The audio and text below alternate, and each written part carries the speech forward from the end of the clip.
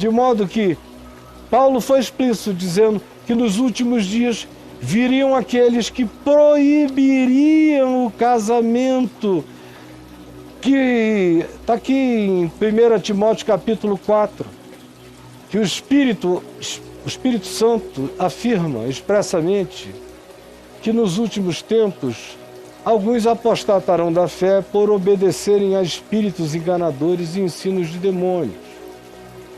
Isso acontece por causa da hipocrisia dos que falam mentiras. Quanto mais as pessoas pregam mentiras, mais os demônios entram no engano da história. Mais demônios. Ensine mentira e você será inspirado por Satanás profundamente. Pela hipocrisia dos que falam mentiras. E que, porque falam mentiras e se acostumam com a mentira e passam a obedecer espíritos enganadores e ensinos de demônios, a consciência deles se dessensibiliza, fica cauterizada.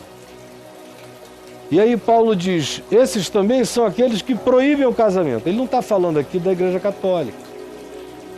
Ele está falando de certas linhas de fé cristã que tinham sido cooptadas pelo gnosticismo asceta, que era o gnosticismo que dizia que a salvação estava em separar o corpo do corpo, em não ter contatos físicos, em diminuir os contatos físicos.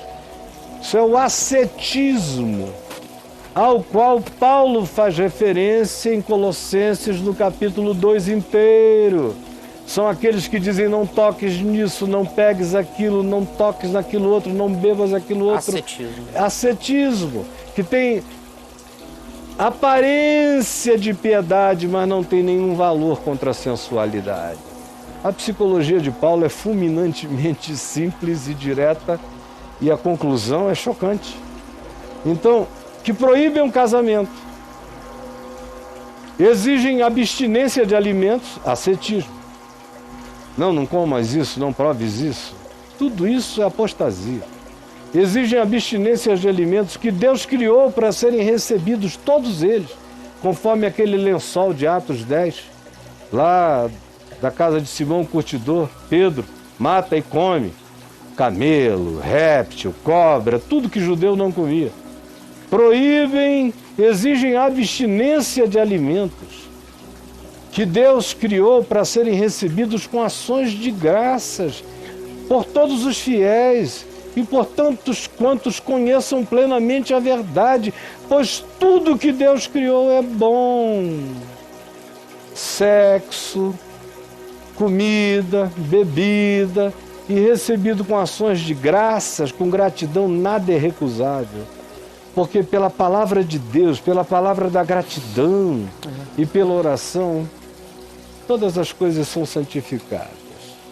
Uma vez eu falei numa reunião lá no Café com Graça, em Copacabana, que a comunhão que eu sentia, que eu tinha espiritualmente com a Adriana, tinha sido algo tão diferente de qualquer outra coisa que eu já tinha tido na vida, que eu já tinha tido ímpetos de falar em línguas tendo relações sexuais com ela. Rapaz, se levantou uma mulher psicóloga. Eita, que morava na Barra da Tijuca, não falou nada na hora, mas eu vi que a mulher enlouqueceu, ficou quase possessa. Quando acabou a reunião, ela veio falar comigo que ela não apareceria nunca mais lá. Ela não conseguia conceber alguém tendo relações sexuais e falando em línguas. Que uma coisa era uma coisa, outra coisa era outra coisa. Eu abri esse texto e disse, olha, minha querida, desculpe, mas todas as coisas são santificadas. A comida que eu como com a boca e todas as outras comidas da vida. E todas as outras coisas. Todas as refeições são santificadas com ação de graças. Eu falo em línguas até fazendo um gol, sozinho, só não faço disso um espetáculo. Porque a Escritura diz que me coloca no terreno da hipocrisia. e da não edificação do próximo, e apenas da manifestação de imagem que não corresponde à realidade do Evangelho, que só pode ser reconhecido como fruto de caráter na vida, e não como sinalzinho de língua estranha ou de qualquer coisa semelhante.